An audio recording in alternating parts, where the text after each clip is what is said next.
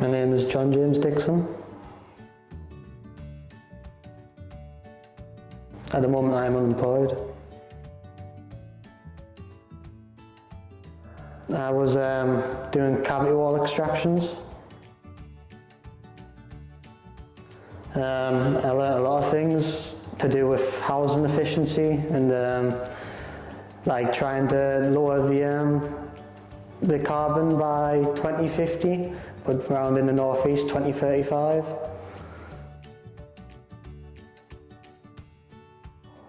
Yeah, the knowledge on the course will help me a lot in the future for the job that I'm going for, yeah, definitely. I think the knowledge that I've learnt on the course will help me with the health and safety part of it and to use PPE correctly and stuff like that for the job. I'm going to go for a cavity wall extractor and hopefully train some more, get a Thermobig card for installs as well. My favourite part of the programme was the work placement because I'm more practical. First day on work experience I did cavity wall extraction, and then the second and third day I done cavity cleaning.